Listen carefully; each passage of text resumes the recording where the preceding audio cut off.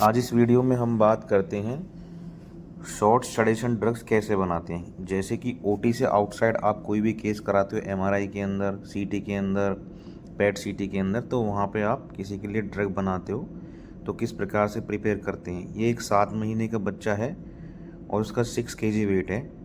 उसके लिए हमने ड्रग बनाई है। तो हमने क्या किया है, ग्लाइको को हमने 1 ml लेके उसको 4 ml NS के साथ डाइल्यूट कर दिया है।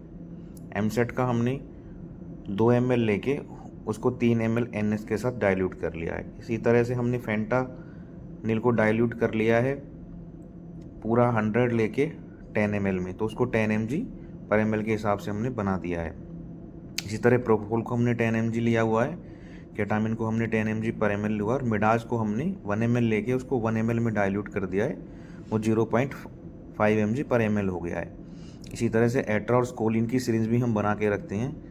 तो अब हम यहाँ पे प्रिपेयर कर रहे हैं ड्रग्स को, कि हम ड्रग्स को किस प्रकार से बनाएंगे, क्योंकि हमें उस बच्चे को बहुत कम वेट डोज देनी है।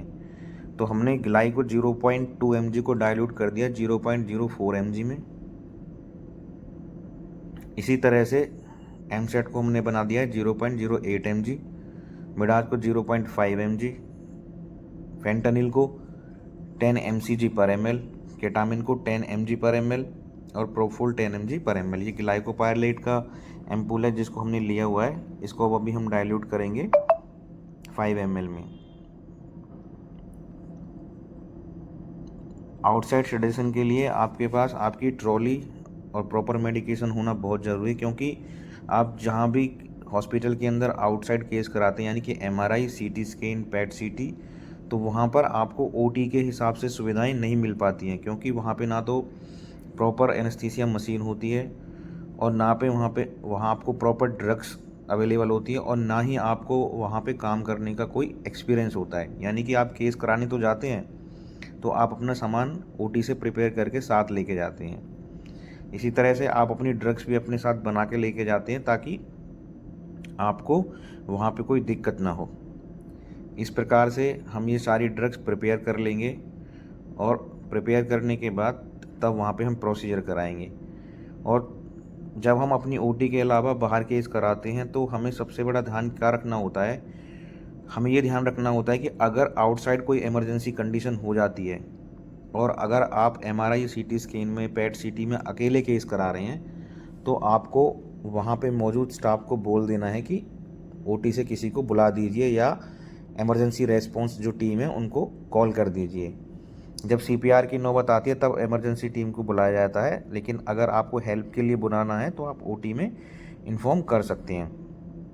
और आप कोशिश करें कि जब आप सीटी एमआरआई में केस कराते हैं तो हमेशा अपने साथ में आप adrenaline, atropine, mephentine, Dexa, Avil, Scoline, एट्रा, ये कुछ दवाइयाँ ऐसी हैं जो आपको ले जानी चाहिए साथ में ज़रूर, क्योंकि ये आपका इमरजेंसी के टाइम पे आपकी बहुत मदद करती हैं। इसके अलावा अगर आप किसी बच्चे का केस करा रहे हैं तो आपको LMA, आई जेल और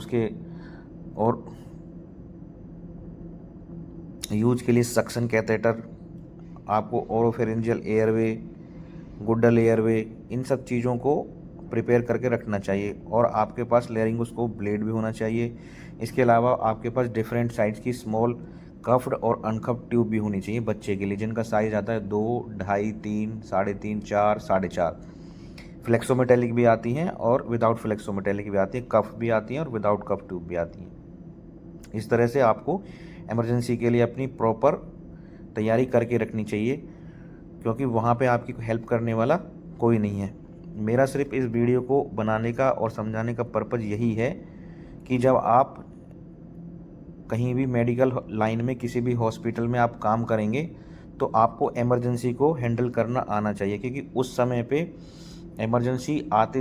जैसे इमरजेंसी आती है वैसे ही आदमी बहुत सारी चीज़ों को भूल जाता है, यानी कि वो अपने होशो हवास भूल जाता है, अब क्या करूं, अब क्या करूं। ऐसी कंडीशन में नहीं आना है, अपने आप को कूल एंड काम रखना है और प्रोसीजर को फॉलो कराना है और आपके एनेस्थेटिक को या आपके डॉक्टर को आपसे जो भी रिक्वायरमेंट है उनको पूरा करना है, जब तक कि आपके पास कोई दूसरा साथी नहीं आ जाता है। और आपको जो चीज़ें आप यूज़ कर रहे हैं उनके बारे में आपको प्रॉपर नॉलेज होनी चाहिए कि आप ये जो यूज़ करा रहे हैं इसका क्या यूज़ है, इसका क्या उपयोग है। आपको हवाबाजी में कोई बात नहीं करनी है, प्रॉपर तरीके से हर चीज़ों को मेंटेन करना है। अभी मेरा जो स्टाफ है मैंने इसको स्टिकर बना के दिए हुए हैं।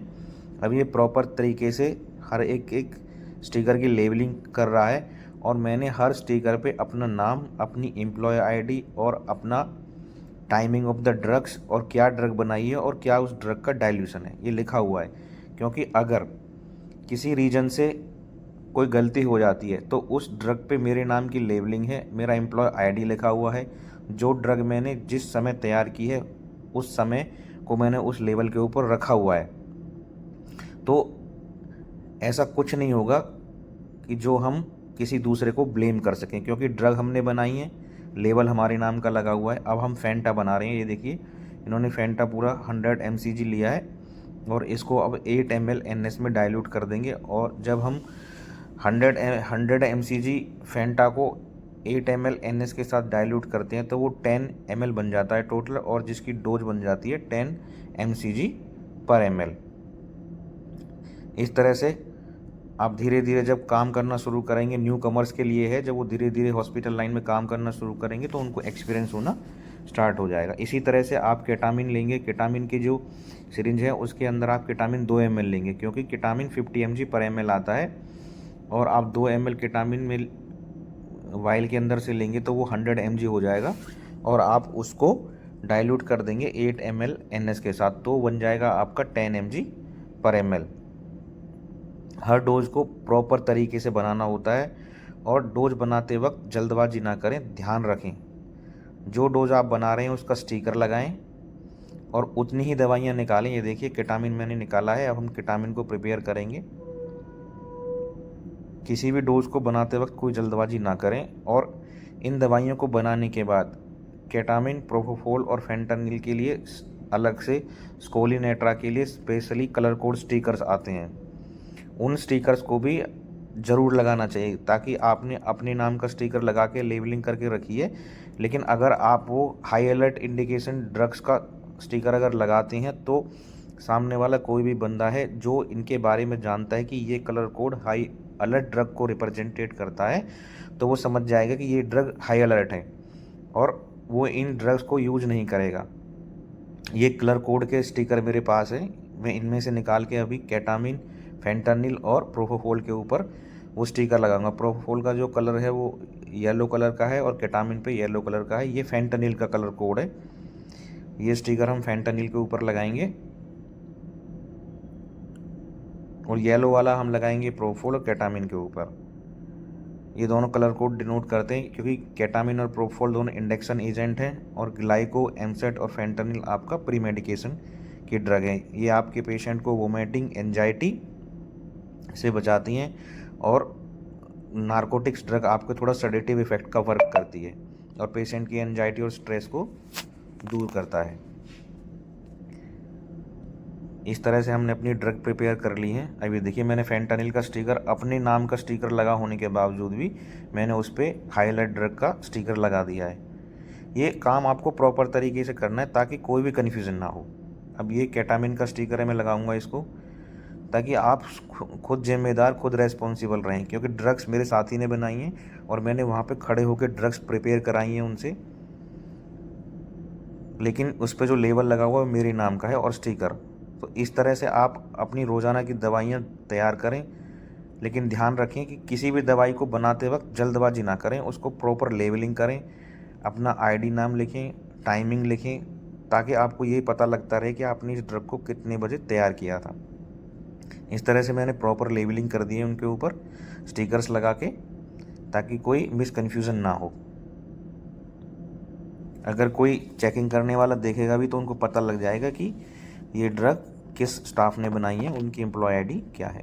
इसके बाद हमारे पास आउटसाइड के लिए एक छोटी सी ट्रे है जिसके अंदर हम इमरजेंसी सारा सामान रखते हैं। उस इमरजेंसी ट्रे के अंदर हम पूरी तरीके से प्रिपेयर करके रखते हैं लेरिंजियल मास्क, एयरवे, आई जेल को, सक्शन कैथेटर को, गुड्डल एयरवे को और सक्शन कैथेटर को, मैगिल फोर्सेप्स को, इंट्यूबेशन करने के लिए अगर ज़रूरत पड़ जाती है तो लेरिंगोस्कोप्स के ब्लेड को 1 नंबर और 2 नंबर का मैगिल मिलर मिलर ब्लेड्स को भी रखते हैं, और इसके साथ हम रखते हैं एक छोटे वाला सक्शन पाइप, ताकि इमरजेंसी में कहीं सक्शन पाइप ना मिले तो सक्शन सॉकेट में कनेक्ट करके आप, और उसके साथ में रखते हैं हम एक ऑक्सीजन मास्क, एक 3-वे पीएम लाइन और एक 3-वे एडेप्टर, ताकि हमें पेशेंट को ड्रग देने के लिए उनसे किसी चीज़ को मांगना ना पड़े और हम अपना काम इजीली कर सकें, कोई ऐसी कंडीशन क्रिएट ना हो जिससे कि कोई प्रॉब्लम किसी को हो।